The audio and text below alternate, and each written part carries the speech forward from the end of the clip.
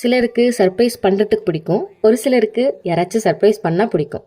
இது ரெண்டுமே பிடிக்காத ஒரு ஆளுக்கு நம்ம சர்ப்ரைஸ் பண்ணால் எப்படி இருக்கும்? அப்படி தான் இருந்துச்சு. யாருக்குன்னு பார்க்குறீங்களா? என்னோடய வீட்டுக்காருக்கு தான்.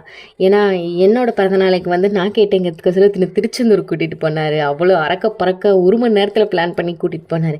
சரி, அந்த மனுஷனுக்கு நம்ம ஏதாச்சும் பண்ணணுமே அப்படின்ட்டு நானும் என் தம்பியை தரன்னு இழுத்துட்டு போய், வாடா அவருக்கு தெரியாமல் சர்ப்ரைஸாக ஒரு சட்டை எடுத்துகிட்டு வருவோம் பிறந்த நாளைக்குன்னு கூட்டிகிட்டு போய் சட்டையெல்லாம் எடுத்துகிட்டு வந்துட்டேங்க. பத்திரமா ஒழிச்சும் வச்சுட்டேன்.